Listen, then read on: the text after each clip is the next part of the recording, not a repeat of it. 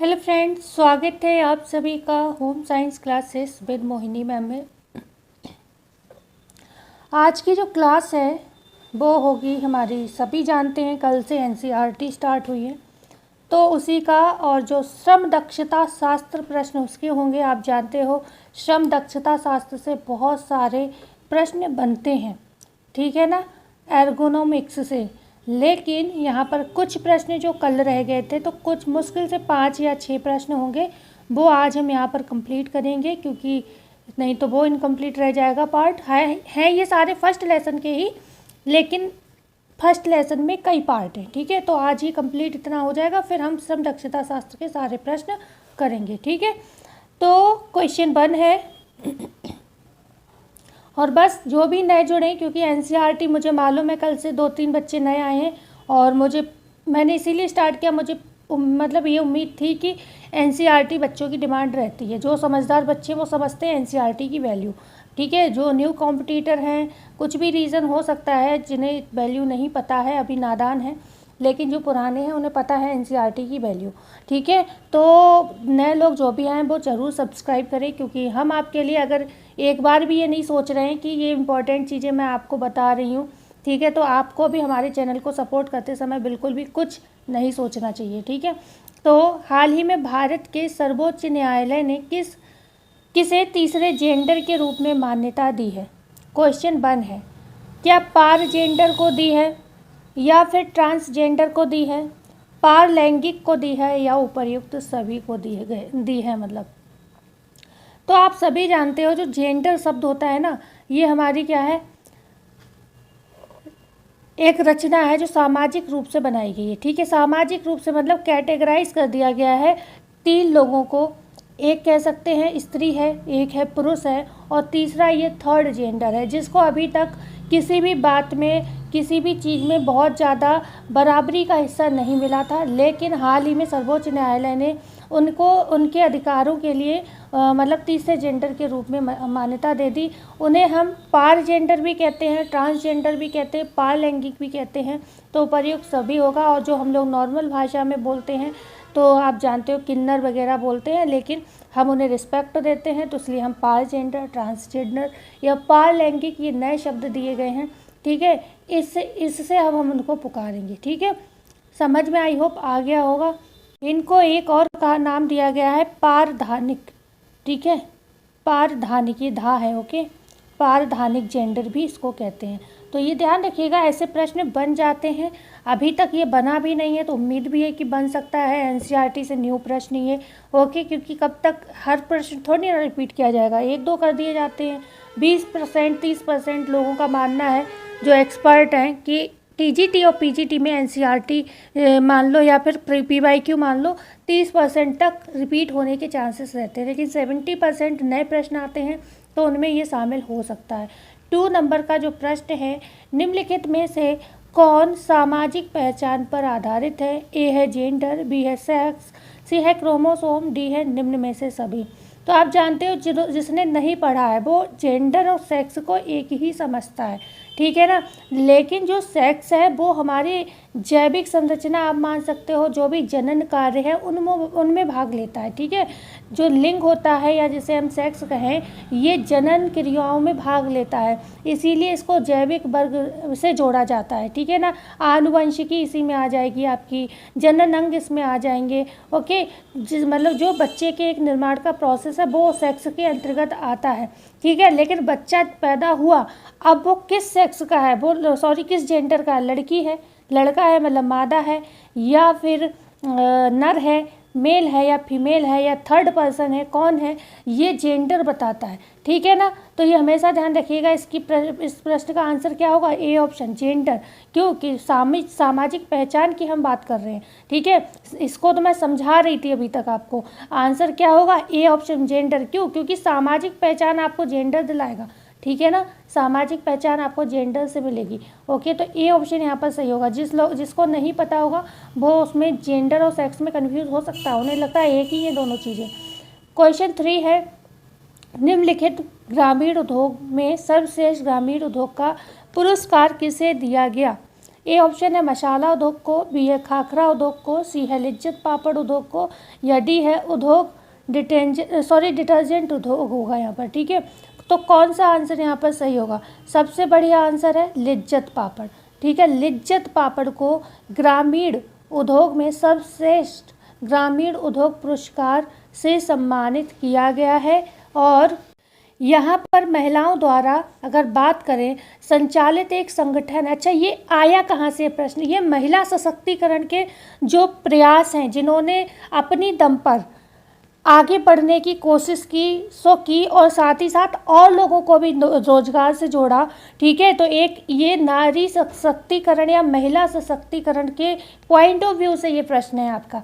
ठीक है, तो यहाँ पर जो महिलाओं द्वारा संचालित एक उद्योग है या संगठन है जिसे हम कहते हैं श्री महिला गृह उद्योग लिज्जत पापड़। ठीक है, श्री महिला, ये पूछा जा सकता है मेरे हिसाब से, क्योंकि ये प्रश्न बने नहीं है तो मुझे उम्मीद है एनसीईआरटी में गए डीपली तो थोड़े ये प्रश्न बन सकते हैं, क्योंकि श्रम दक्षता शास्त्र से प्रश्न कई बार बना हुआ है, तो ये प्रश्न नए ऐड हो सकते हैं। श्री महिला गृह उद्योग, ओके, लिज्जत पापड़, तो ये जो संस्था है बहुत मतलब कम लोगों ने शुरुआत की थी। 1959 में ये शायद संस्था बनी थी। ठीक है, आगे हम बात करेंगे क्वेश्चन 4। यहाँ पर लिज्जत पापड़ की संस्था ने 1959 में कितने सदस्यों के साथ शुरुआत की थी? तो लिज्जत पापड़ की जो शुरुआत हुई थी वो 1959 में हुई थी, आज से काफ़ी साल पुराना, हमारे जन्म के भी ये 3-4 साल बाद शुरू हुआ था। तो सदस्यों के साथ शुरुआत की थी, उसमें ये बताना है कि सदस्य कितने थे, 5 थे, 6 मतलब 7 थे, 8 थे या 10 थे। तो तब जब इन्होंने लिज्जत पापड़ बनाना सब प्रथम प्रारंभ किया था तो मात्र इस कंपनी में 7 लोग थे, लेकिन अब इनकी ब्रांचेस कम से कम इसमें 40,000 साथी आज के समय में जुड़े हुए हैं। ठीक है, कम से कम 40,000, और ये मैं अपना नहीं बता रही हूँ, बुक्स में ये जो आंकड़ा दिया था वो बता रही हूँ। 1600 करोड़ रुपए का इनका मतलब इनकम का सोर्स है, मतलब वार्षिक कारोबार है 1600 करोड़ रुपए। ठीक है, 1600 करोड़ रुपए। ठीक है, लिज्जत पापड़ का। तो इन्होंने खुद से शुरुआत की थी 7 महिलाओं ने मिलकर, और आज के समय में ये फेमस है। केबीआईसी ने इसको केबीआईसी जिसको हम कहते हैं खादी और ग्रामीण उद्योग ने तो इनको किस रूप में, ग्रामीण उद्योग के रूप में मान्यता दी है। क्यों? क्योंकि ये ग्रामीण के लिए एक बहुत ही बड़ा कह सकते हैं प्रमाण है, या फिर उन्हें आगे सपोर्ट करने के लिए कहते हैं ना उदाहरण या मॉडल है। ठीक है, तो ग्रामीण उद्योग ने इसको क्या दिया, खादी और ग्रामीण उद्योग ने इसको ग्रामीण उद्योग का दर्जा दिया। ठीक है, क्योंकि ये सर्वश्रेष्ठ ग्रामीण उद्योगों के पुरस्कार से भी सम्मानित हो चुका है। लिज्जत पापड़ सर्वश्रेष्ठ ग्रामीण उद्योग के पुरस्कार से भी ये सम्मानित हो चुका है। जो भी पूछा जाए मतलब सब कुछ इसके विषय में अच्छा है। आज के समय में ये मसाला, खाखरा, बड़ी, डिटर्जेंट पाउडर, ये सारी चीज़ें बनाते हैं आज के समय, मतलब पापड़ ही नहीं और भी चीज़ें ये बनाने लगे हैं।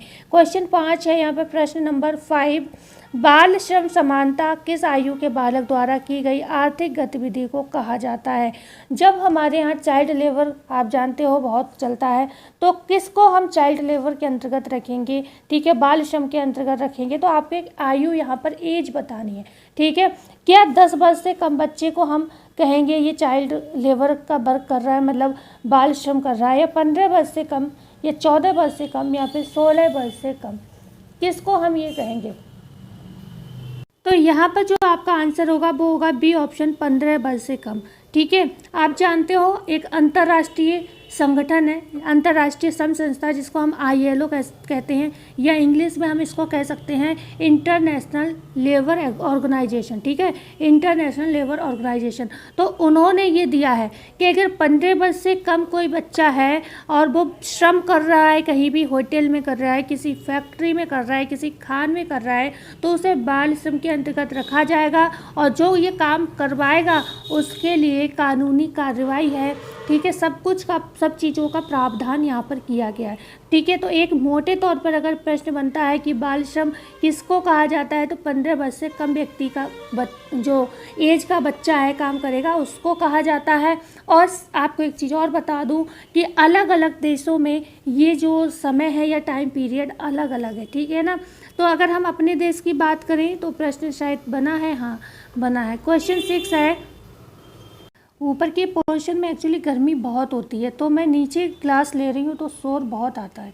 ठीक है, छोटी मोटी वीडियो बना देती हूँ नीचे बैठ के रूम में। मैं बकाया बड़ी वीडियो जो पढ़ाने वाली होती है, जिसमें लगता है बच्चों को समझना है, तो मैं चाहती हूँ कम शोर आए, तो मैं ऊपर चली जाती हूँ। लेकिन जिस दिन ज़्यादा शोर आए तो समझो मैं नीचे क्लास ले रही हूँ, क्योंकि मुझे अभी भी वो इन्फेक्शन थोड़ा मेरा जा नहीं रहा है कि अगर मैं मतलब ज़्यादा देर बोलूँ गर्मी में तो मुझे खांसी आने ही लगती है। कई बार मुझे वीडियो रोकनी पड़ती है फिर, तो इस वजह से मैं नीचे जब क्लास रिकॉर्ड करती हूँ तो मुझे इतनी गर्मी नहीं लगती। मुझे मतलब कह सकती हूँ मुझे ये महसूस हुआ है जब से क्लास लिए तभी से खांसी आई थी, तो इसका मतलब मैं ऊपर क्लास लेती थी और बीच में बहुत गर्मी पड़ी थी, तो गर्मी की वजह से मुझे ये दिक्कत स्टार्ट हुई। मुझे मतलब यही फील हो रहा है। जब मैं क्लास रूम में लेती हूँ तो तब मुझे खांसी नहीं आती, और आता भी है तो हल्का सा आता है, बस सही हो जाता है। पर जब मैं ऊपर वाले रूम में क्लास लेती हूँ तो मुझे बहुत दिक्कत होती है। और डॉक्टर ने भी यही कहा कि भाई चेकअप में तो कुछ आ नहीं रहा है। अब उस समय आया था अस्थमा और जो भी स्नोफिल वगैरह बढ़ा हुआ, वो सही हो गया दवाई लेने से, लेकिन अभी भी जो खांसी का कभी कभी होता है अटैक, मैंने बोला डॉक्टर को, तो बोले तो फिर आपको किसी विशेष चीज़ से एलर्जी है, वो आप खुद नोटिस करो। तो मुझे यही समझ में आया कि जब मैं ऊपर क्लास लेती हूँ ऊपर बहुत गर्मी होती है, और मेरे हस्बैंड भी यही कह रहे थे कि तुम्हें गर्मी से ही दिक्कत हो रही है। जब भी मैं कोई गर्मी में ज़्यादा काम करूँ तो मुझे खांसी आ रही है, तो ये वाली चीज़ हो रही। तो इस वजह से आज मैं नीचे ही क्लास ले रही थी, तो बार बार शोर आ रहा है, क्योंकि सुबह के समय में जानती हूँ स्कूल के बच्चे जाते हैं आते हैं, तो रोड पर बहुत ज़्यादा रश रहता है।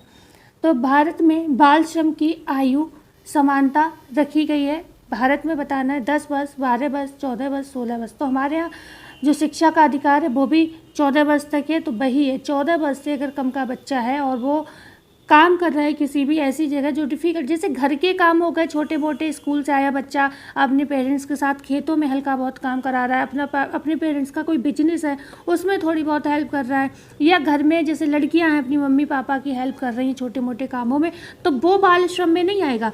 ठीक है, जैसे 10-12 साल का बच्चा अगर घर में कोई हेल्प कर रहा है नॉर्मल, तो उसे बाल श्रम में नहीं रखा गया है। इसके अलावा जो भी बच्चे मतलब भारी भरकम काम करते हैं, खासतौर से होटल में देखते हो आप, बर्तन धुल रहे हैं, चाय नाश्ता करा रहे हैं, लोगों को ब्रेकफास्ट दे रहे हैं, आप कहीं भी चले जाओगे तो बच्चे आपको दिख जाएंगे, तो उसको रखा गया है बाल श्रम में। ठीक है, 14 वर्ष, सी ऑप्शन। हमारे भारत में और फिलीपींस में सेम है, फिलीपींस में भी यही एज है, लेकिन कहीं कहीं 16 वर्ष भी दी है। ठीक है, 16 वर्ष से कुछ देशों में दी गई है, किसी में हांगकांग में जैसे 15 वर्ष है, तो हर जगह अलग अलग है, लेकिन आप अपने देश का याद रखो 14 वर्ष ये मेन है आपको। और इंटरनेशनल ने क्या कहा है, ठीक है, अंतर्राष्ट्रीय श्रम संस्था ने क्या कहा है, 15 वर्ष। तो बस ये 2 प्रश्न इंपॉर्टेंट है आपके लिए। क्वेश्चन 7 है, पूरे विश्व में बाल श्रम को रोकने के लिए संयुक्त राष्ट्र संघ की कितनी एजेंसी हैं जो अपना योगदान दे रही हैं। तो यहाँ पर बाल श्रम को रोकने के लिए आपकी 2 एजेंसी हैं, 3 एजेंसी हैं, 4 हैं या 5 हैं, तो आपको बता दें यहाँ पर 2 एजेंसियाँ हैं। कौन कौन सी, ये भी प्रश्न उठेगा। तो एक तो अभी हमने जस्ट जो आपको बताई ILO, ठीक है, ILO इंटरनेशनल लेबर ऑर्गेनाइजेशन है। दूसरा आपका आप जानते हैं यूनिसेफ, यूनिसेफ में आपने पढ़ा भी होगा, चिल्ड्रन, ठीक है, चिल्ड्रन का यूनिसेफ, ओके, यूनिसेफ को आप जानते हो, United Nations International Emergency Children's Fund. ठीक है, तो ये 2 संस्थाएं हैं जो लेबर से, अब आपसे यहाँ पर WHO भी लिखा मिल सकता है। अब आप श्रम पढ़ो नहीं, आप सोचो यहाँ पर स्वास्थ्य की बात हो रही है, WHO भी बच्चों के स्वास्थ्य का ध्यान रखता है, और यूनिसेफ भी स्वास्थ्य का ध्यान रखता है, प्लस आपका ICDS भी रखता है। ठीक है ना, 6 वर्ष तक के बच्चों की स्वास्थ्य का, हेल्थ का, सबका ध्यान। तो फिर आप ये नहीं मतलब पूरा पढ़ो नहीं और आंसर आप WHO वगैरह लगा दो। यहाँ पर ध्यान रखिएगा बाल श्रम की बात हो रही है।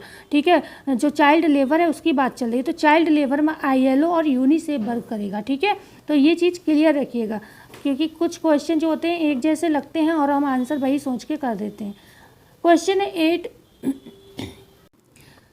फ्री द चिल्ड्रन, बच्चों को स्वतंत्र करो संस्था किसके द्वारा बनाएगी। ए है क्रेग स्ट्रॉसबर्गर द्वारा, बी है क्रेग किलबर्गर द्वारा, सी है ऑगस्ट कॉम्टे द्वारा, डी है निम्न में से सभी के द्वारा।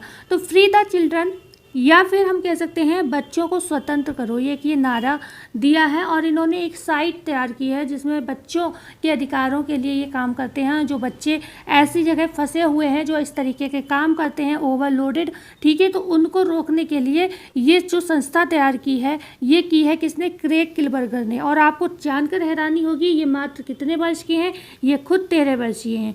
ठीक है, मतलब ये खुद 13 वर्षीय हैं, मतलब 13 वर्ष के खुद हैं ये, और इन्होंने इतना बड़ा काम काम किया है, क्योंकि हो सकता है ये भी इसी पेन से, हालांकि इनके विषय में ज़्यादा कुछ नहीं दिया है, इतना ही दिया है एनसीईआरटी में, तो ये हो सकता है कि ये खुद इस दर्द से गुजरे हों, तभी इन्होंने ये, कैसे भी कुछ लोग होते हैं ना, गॉड गिफ्टेड होते हैं, अलग टैलेंट लेकर आते हैं। जैसे कि आप जानते हो ब्रेल लिपि आई थी, तो वो खुद भी अंधे थे जिन्होंने बनाई, ठीक है।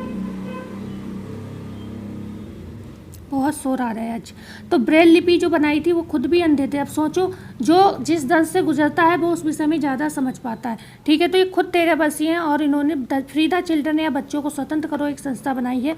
ओके, एनसीईआरटी का ही प्रश्न है, आपने अभी तो लगभग बच्चे कमेंट करते हैं हम एनसीईआरटी पढ़ रहे हैं, तो आप खुद ही समझ जाओगे ये प्रश्न कहाँ के हैं, ठीक है। 60 वर्ष के व्यक्ति को यह कहना अनादरपूर्ण होगा, वृद्ध कहना, वरिष्ठ नागरिक कहना, प्रौढ़ कहना या वयोवृद्ध कहना। देखो, जो वृद्ध एज होती है ना, वो मतलब आप जानते हो, अगर किसी को नॉर्मल भी वृद्ध बोल दो, अगर जैसे हम लोग, क्या होता है कई बार, जैसे मेरी तबीयत बीच में बहुत ख़राब रही, या फिर उससे पहले मेरा जो बैकबोन का जो प्रॉब्लम था, कुछ ना कुछ प्रॉब्लम लगी रहती है, तो मेरे हस्बैंड मजाक में कहते थे तुम अब बूढ़ी हो गई, अब तुमसे कुछ होना नहीं, बेकार लगी हो, तुम ये लोड अपना कम कर दो, बहुत सारी चीज़ें वो बोलते रहते हैं।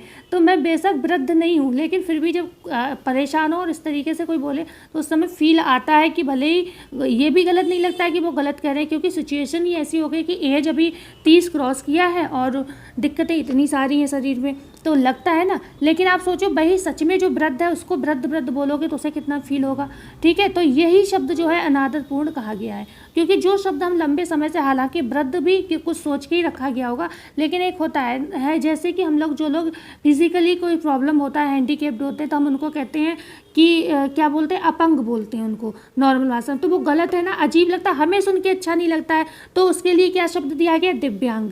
तो अब हम उनको क्या कहते हैं, दिव्यांग कहते हैं। देखने में थोड़ा, सुनने में अच्छा लगता है, मतलब बात वही है, कुछ ना कुछ प्रॉब्लम है व्यक्ति को, लेकिन दिव्यांग बोलने अच्छा लगता है अपंग के मुकाबले। ऐसे वृद्ध बोलने से बेहतर आप उन्हें वरिष्ठ नागरिक बोलिए, जो उन्हें ये ना लगे कि हम बहुत बुजुर्ग हैं, अब हमसे कुछ होगा नहीं, वो वाला फील नहीं आना चाहिए। उन्हें प्रौढ़ बोल सकते हो आप, ये मतलब प्रौढ़, क्योंकि अब वो बच्चे तो रहे नहीं ना, जवान रहे, तो हम उन्हें प्रौढ़ बोल सकते हैं, ठीक है, या फिर वयोवृद्ध बोल सकते हैं। लेकिन प्रौढ़ वृद्ध और वयोवृद्ध, ठीक है, ये होगा प्रौढ़ वृद्ध या वयोवृद्ध। लेकिन हम खाली वृद्ध या वृद्धावस्था ऐसे बोलेंगे तो उन्हें बुरा लगेगा। मतलब एनसीईआरटी के अकॉर्डिंग आपको आंसर ये करना पड़ेगा, और ऐसे प्रश्न इक्का दुक्का आ जाते हैं। आप देखते होगे कुछ प्रश्न अजीब ही आते हैं, अगर हमने नहीं पढ़ी हो एनसीईआरटी तो हमें ये लगता है ये प्रश्न ऐसे कहाँ से आ गए, तो ये उसी टाइप का प्रश्न है, ठीक है। तो वृद्ध, ये भी प्रश्न ऐसे आ जाते हैं एक दो फंसाने के लिए। क्वेश्चन 10, व्यक्ति को समुचित जीवन कौशलों को विकसित करने के लिए समर्थ बनाते हैं तथा नकारात्मक अथवा अनुचित व्यवहार को रोकते हैं। क्या पर्याप्त ज्ञान, अभिवृत्तियाँ, मूल्य या निम्न में से सभी। एक बार प्रश्न को समझो।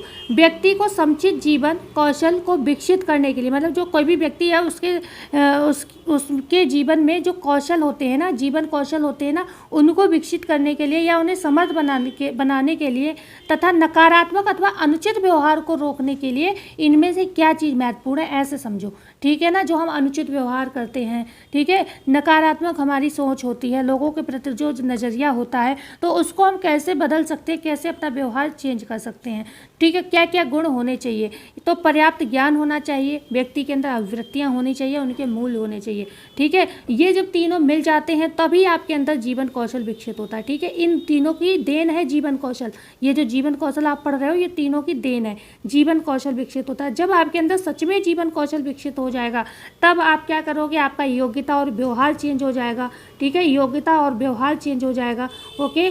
साथ ही साथ इसके अलावा सकारात्मक स्वास्थ्य हो जाएगा, आपका क्या हो जाएगा, स्वास्थ्य कैसा हो जाएगा, सकारात्मक हो जाएगा, ओके। सब एनसीईआरटी पढ़ा रही हूँ, आप उठा के देख लीजिए। सकारात्मक, पेज नंबर भी बोल दूँ, 32 पे हूँ, ठीक है। सकारात्मक स्वास्थ्य हो सकता है। और बात करें इसके अलावा नकारात्मक व्यवहार की रोकथाम भी होती है। क्यों? क्योंकि जब आपके कौशल विकसित हो जाएंगे तो आप समझदार हो जाओगे और जो नकारात्मक व्यवहार है, आपका नज़रिया है, वो चेंज हो जाएगा, ठीक है। तो इनकी रोकथाम हो जाएगी। तो ये सारी चीज़ें आपकी किससे संबंधित है, मतलब ये मैंने मतलब इसी के इर्द गिर्द उठाई हैं। 32 पेज के पास जाइए, आपको ये सारे प्रश्न 33 में, 32 में, 30, 31 इसी के इर्द गिर्द दिए हुए हैं। इतना कोई भी आपको टीचर नहीं बताएगा, क्योंकि कुछ लोगों को अभी भी भरोसा नहीं है कि मैं सिलेबस पढ़ाती हूँ, ठीक है। तो यहाँ पर डी ऑप्शन सही हो जाएगा। क्वेश्चन 11, मूल्य हमारे व्यवहार को प्रभावित करते हैं, इसलिए कितने प्रकार के महत्वपूर्ण मूल्य माने जाते हैं। 2, 4 या 6 या 8, मतलब कितने तरीके के जो मूल्य हैं जो हमारे व्यवहार को ये प्रभावित करते हैं, ये आपको बताना है। तो ये आपके 6 तरीके के मूल्य माने जाते हैं। ठीक है, कौन कौन से 6 मूल्य हैं मैं लिख के लाई थी, हाँ ये रहा। नंबर 1, आपके अंदर सेवा भाव होना चाहिए। दूसरा, सामाजिक न्याय की भावना होनी चाहिए। लोगों की मान मर्यादा की आपकी सोच या मेंटेलिटी होनी चाहिए। उपयोगिता होनी चाहिए हर चीज़ को लेकर। ठीक है, मानव संबंधों का आपको महत्व पता होना चाहिए और आप स्वयं ईमानदार होने चाहिए। तो यही हमारे 6 मूल्य होते हैं जो हमें जीवन में आगे ले जाते हैं। हमारे अंदर कौशल, हमारे अंदर ज्ञान और अभिव्यक्तियों को ये विकसित करते हैं, जिससे हमारे अंदर बहुत सारे कौशल भी इनके साथ साथ विकसित हो जाता है। भाई ये सारे गुण आपके अंदर होंगे तो कहीं ना कहीं ये सारे कौशल होंगे ना आपके। भाई आप लोगों को हमेशा सामाजिक न्याय के नज़रिए से देखते हो कि मतलब कुछ भी ऐसा नहीं है कि अगर आपके घर में किसी ने गलत कर दिया तो वो आपने मान लिया और बाहर की किसी व्यक्ति ने कर दिया तो आपने उसको क्या किया, सजा दे दी। मान लो आप कहीं के नेता हो, वही गलती आपके घर के व्यक्ति ने की तो आपने उसको छुपा लिया। वही गलती आपके सामने वाले किसी आस पास के व्यक्ति ने की तो आपने उसको सजा दिला दी। तो क्या आपका चरित्र सही हो जाएगा? नहीं, सब कुछ बिल्कुल सही होना चाहिए। ठीक है, इक्वली होना चाहिए। क्वेश्चन है 12 यहाँ पर, डैश एक औपचारिक प्रणाली अथवा नियमों का समुच्चय है। गृह विज्ञान, नीति शास्त्र, अर्थशास्त्र, सामाजिक शास्त्र। तो यहाँ पर जो आपका आंसर होगा नीति शास्त्र। नीति शास्त्र जो होता है एक औपचारिक प्रणाली अथवा नियमों का ये क्या होता है, समुच्चय कहलाता है। आगे बढ़ते हैं, क्वेश्चन है 13, क्लास बहुत लंबी हो जाएगी। इसे मानव कारक अभियांत्रिकी भी कहा जाता है। अब यहाँ से सारे प्रश्न एर्गोनॉमिक्स के आ जाएंगे। ठीक है, इसे मानव कारक अभियांत्रिकी भी कहा जाता है। सुकारिकी को, ऑर्गोनोमिक्स को, श्रम दक्षता शास्त्र को, या डी है निम्न में से सभी। तो यहाँ पर भी आपका डी ऑप्शन बिल्कुल सही हो जाएगा। क्यों हो जाएगा? क्योंकि हम जो मानव कारक अभियांत्रिकी है या एर्गोनोमिक्स है, इसी को एर्गोनोमिक्स भी कहते हैं, तो ये सुकारिकी भी कहलाता है, एर्गोनोमिक्स भी कहलाता है, श्रम दक्षता शास्त्र भी कहलाता है। ठीक है, तो यहाँ पर डी ऑप्शन बिल्कुल सही हो जाएगा। बात करते हैं क्वेश्चन नंबर 14 की। एर्गोनोमिक्स किस भाषा के 2 शब्दों से मिलकर बना है? ए है लैटिन भाषा के, बी है ग्रीक भाषा से, सी है फ्रांस भाषा, डी है अरबी भाषा। आप जानते हो यहाँ पर एक चीज़ लिखी है 2 शब्द, तो आपको ये पता चल गया जो एर्गोनोमिक्स है वो 2 शब्दों से मिलकर बना है। पर कहाँ के? ये ग्रीक भाषा के। अभी हम उनकी भी बात करेंगे। ठीक है,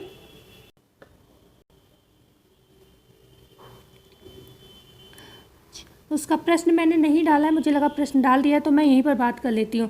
जो आपका एर्गोनोमिक्स है 2 शब्दों से मिलकर बना है। कौन कौन से हैं? एक तो आपका इर्गन है, ठीक है, ई इर्गन है, और दूसरा कौन सा है आपका? ये नॉमिक्स है। ठीक है, नॉमिक्स, ओके, नॉमिक्स। कभी भी पूछा जाए इर्गन का मतलब क्या है, तो इर्गन का मतलब होता है काम, ओके, काम करना।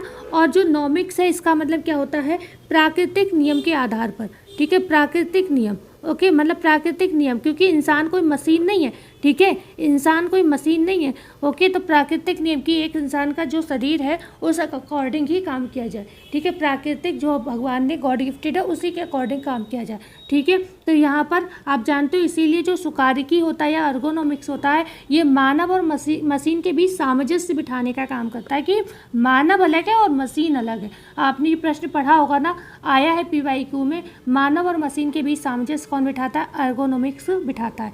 तो यहाँ पर आपका बी ऑप्शन सही था। ठीक है, बढ़ते हैं आगे। क्वेश्चन है यहाँ पर 15, निम्नलिखित में से एक कर्मचारी के अनुकूल परिवेश बनाने के प्राथमिक लक्ष्य के साथ कार्य का अध्ययन करता है। इनमें से ये बताना है निम्नलिखित में से एक कर्मचारी के अनुकूल कार्य, मतलब कर्मचारी के अनुकूल कार्य परिवेश, मतलब ये नहीं है कि आपके यहाँ कोई व्यक्ति काम कर रहा है उसका कोई नज़रिया ही नहीं है, बस जो कंपनी वाला है बस वही अपना प्रेशर जो है कर्मचारी पर थोपे जा रहा है। ठीक है, तो कर्मचारी के अनुकूल कार्य परिवेश बनाने के प्राथमिक लक्ष्य के साथ कार्य का अध्ययन करता है। क्या संप्रेषण करता है, नीति शास्त्र करता है, एर्गोनोमिक्स करता है, संचारक। तो ये काम एर्गोनोमिक्स करता है, जो कि बिल्कुल जो आप कर्मचारी जो काम करने वाला है उसके अनुकूल चीज़ों को एडजस्ट करवाता है। ठीक है, तो यहाँ पे 16 है, सुकार्यकी द्वारा जिन महत्वपूर्ण पहलुओं पर विचार किया जाता है उनमें शामिल है श्रमिक दक्षता, कार्य की मांग, कार्य परिवेश या फिर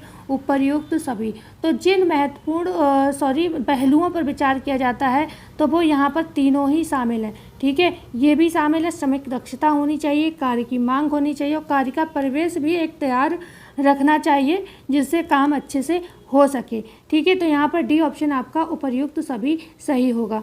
जरा सी बात अगर और करते हैं, जो श्रमिक दक्षता होता है इसमें क्या चीज़ आती है, ठीक है। श्रमिक दक्षता की अगर हम बात करें, एक सेकेंड, हाँ, श्रमिक दक्षता में अगर बात करें तो एक तो हमारी शरीर क्रियात्मक जो चीज़ें होती हैं, जैसे शरीर क्रियात्मक जो हम शरीर से कार्य करते हैं उसका जो तरीका होता है वो आ जाता है, ठीक है। दूसरा क्या आ जाएगा इसके अंतर्गत आपकी मनोवैज्ञानिक परिस्थिति या स्थिति क्या है वो आ जाएगी, ठीक है, मनोवैज्ञानिक स्थिति आ जाएगी। तो ये आ जाता है श्रमिक दक्षता के अंदर कि श्रमिक है जो काम करने वाला है, श्रम करने वाला है आपकी कंपनी में, उसकी शारीरिक क्रियात्मक क्षमता क्या है और उसका मनोवैज्ञानिक सोचने का तरीका क्या है।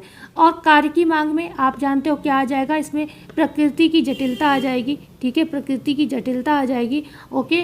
और यहाँ पर कर्मचारी की आवश्यकता क्या है, यहाँ पर थोड़ा चीज़ें सुन लीजिएगा, प्रकृति की जटिलता, क्योंकि स्क्रीन फ़ोन की आप जानते हो कई बार बता चुकी, इसमें लिखना मुश्किल होता है, ठीक है। तो प्रकृति की जटिलता आ जाएगी इसमें, और इसके साथ साथ हमने क्या बताया, कर्मचारी की आवश्यकता इसके अंतर्गत आती है। कर्मचारी की आवश्यकता, उसकी अवधि की कितने घंटे वो काम करेगा, ओके, क्योंकि इसमें मैंने कल आपको बताया था 8 घंटे आराम, 8 घंटे मनोरंजन और 8 घंटे काम, ठीक है, आराम मनोरंजन और काम तीनों 8 थे। तो इसमें मतलब अवधि भी आती है कि कोई व्यक्ति कितना काम करेगा, भाई 8 घंटे से ज़्यादा आप काम नहीं ले सकते, और मुद्रा की उसे क्या आप सैलरी दोगे, ठीक है। तो ये सारी चीज़ें इसमें आ जाती हैं।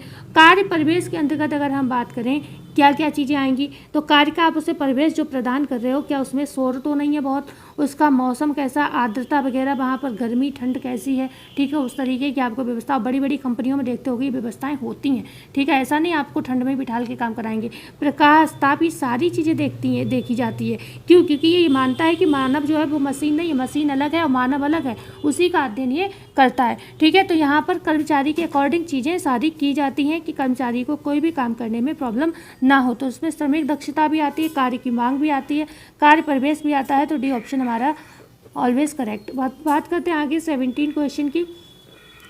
सुकार्यिकी का अध्ययन कितने स्तंभों पर निर्भर है, क्या 2 स्तंभों पर, 3 स्तंभों पर, 4 स्तंभों पर या फिर 5 स्तंभों पर। तो हमेशा ध्यान रखिएगा जो सुकार्यिकी का अध्ययन होता है वो हमेशा 4 स्तंभों पर निर्भर करता है। कौन कौन से हो जाते हैं 4 स्तंभ, एक तो वही मानव मिति हो जाएगा, ठीक है, मानव मिति हो जाएगा, ओके, जिसमें शरीर का आपका आकार आ जाता है। सारी चीज़ें ये आपको देखने को मिल रही होंगी, पेपर में पहले पूछी गई हैं, ठीक है। इसी में मानव मिति में क्या क्या आता है, शरीर का आकार आ जाता है, ओके, आकार और मापन आ जाता है, ओके, आकार और मापन आ जाता है। यहीं पर अगर हम बात करें दूसरा कौन सा है, तो जैव यांत्रिक हो जाएगा, जैव यांत्रिक हो जाएगा, जैव यांत्रिक नोट कर लीजिएगा, बहुत इंपॉर्टेंट है ये सारा।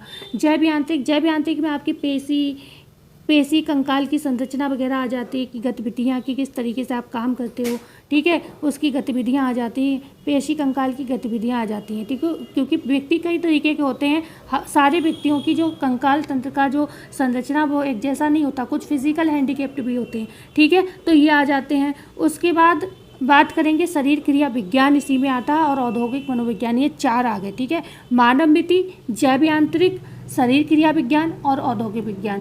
किसके स्तंभ है ये 4, भाई सुकार्यिकी जो हम एर्गोनॉमिक्स पढ़ रहे हैं इसके 4 स्तंभ हैं, पिलर हैं, ये ध्यान रखिएगा, इसी पर ये सुकार्यिकी एर्गोनॉमिक्स काम करता है। आई थिंक आपको इतना समझ आया होगा। बढ़ते हैं आगे, क्वेश्चन नंबर 18। सुकार्यिकी सामंजस्य बिठाता है मानव में, परिस्थिति में, मानव और मशीन में, डी है निम्न में से कोई नहीं। तो जस्ट अभी आपको हमने बताया मानव और मशीन में एर्गोनॉमिक्स क्या करता है, सामंजस्य बिठाने का काम करता है। क्वेश्चन है 19। विभिन्न प्रकार के व्यावसायिक खतरे जो कि जैविक श्रेणी में आते हैं। ए है टेटनस व क्षय रोग, बी है हेपेटाइटिस व एड्स, सी है मलेरिया व हुक्वर्म, डी है उपर्युक्त सभी, ठीक है। तो जब भी हम किसी व्यवसाय में काम करते हैं तो बहुत तरीके के हमें क्या होते हैं, खतरे भी होते हैं, जैसे कि कुछ खतरे भौतिक हो सकते हैं, ठीक है, जैसे बुखार, मतलब ताप ज़्यादा होने से क्या हुआ, आपको बुखार हो गया, शरीर में दर्द हो गया, थकान हो गई, जल बल गया आप ज़्यादा तो घाव हो गया। तो ये सारी चीज़ें भी आपको व्यवसाय में फेस करनी पड़ती हैं।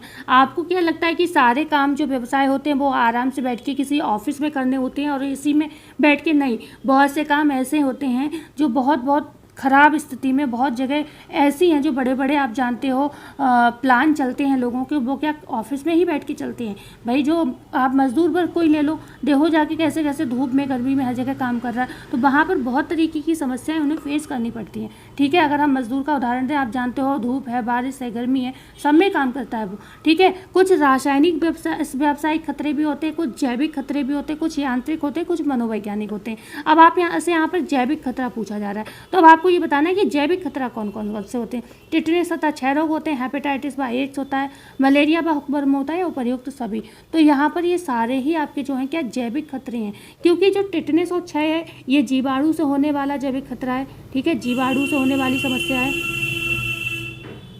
टिटनेस हो गया, क्षय रोग हो गया, एंथ्रेक्स हो गया, ये जीवाणु से होने वाली समस्याएं हैं। ठीक है, दूसरा आपका हेपेटाइटिस एड्स, आप जानते हो ये वायरस से, विषाणु से होने वाली समस्याएं, ये भी जैविक खतरा हो गया आपको। ठीक है, आपका आगे बात करें मलेरिया और हुकवर्म, आप ये भी जानते हो एक होता है टेप वर्म। हुकवर्म जो होता है वो बच्चों में होता है, और जो टेप वर्म होता है वो बड़ों वयस्कों में होता है। ठीक है, तो ये जो प्रोटोजोआ होता है और परजीवी, और ये क्या होते हैं, ये एक तरीके की मलेरिया या हुक्मर्म को फैलाने का काम करते हैं। ठीक है, ये प्रोटोजोआ और किससे संबंधित है, परजीवी से संबंधित है, परजीवी। तो ये दोनों भी क्या करते हैं, कहीं ना कहीं जैविक खतरे का काम करते हैं। तो यहाँ पर डी ऑप्शन आपका सही होगा। ठीक है, ये जैविक खतरे, ध्यान रखिएगा, ये डिफरेंस आपको पता होना चाहिए कि कौन से खतरे जैविक हैं, कौन से खतरे भौतिक हैं। ठीक है, और कौन से आपके रासायनिक, यांत्रिक या मनोवैज्ञानिक हो सकते हैं। ओके, क्वेश्चन है 2020, वृद्धजनों की समस्याओं के समाधान के लिए भारत सरकार ने वृद्धों से संबंधित राष्ट्रीय नीति कब बनाई थी। ठीक है, जो अभी हमने क्वेश्चन अभी सॉल्व किया था वृद्धों को लेकर, उसी से संबंधित ये प्रश्न है। क्या 1999 में या फिर 1919 में या फिर 1950 में या फिर 1999 में या फिर 1910 में। तो ये समय था 1999 का, 1999 में, जब भारत सरकार ने वृद्धजनों से संबंधित कुछ पॉलिसीज़ बनाई थी, और जिसमें आप जानते हो जो वृद्धावस्था पेंशन वगैरह इसी के अंतर्गत आती है, जो कि उनको जब वो थक जाएं, काम करने की क्षमता ना रहे, उस समय उन्हें कोई भी समस्या ना हो। 21 क्वेश्चन है, संस्था द्वारा कर्मचारियों के कार्य जीवन की गुणवत्ता के लिए निम्नलिखित में से किसे महत्वपूर्ण माना जाता है। क्या JVT को माना जाता है, या QWL को माना जाता है, या फिर JIT को मतलब जस्ट इन टाइम को माना जाता है, डी है उपर्युक्त सभी।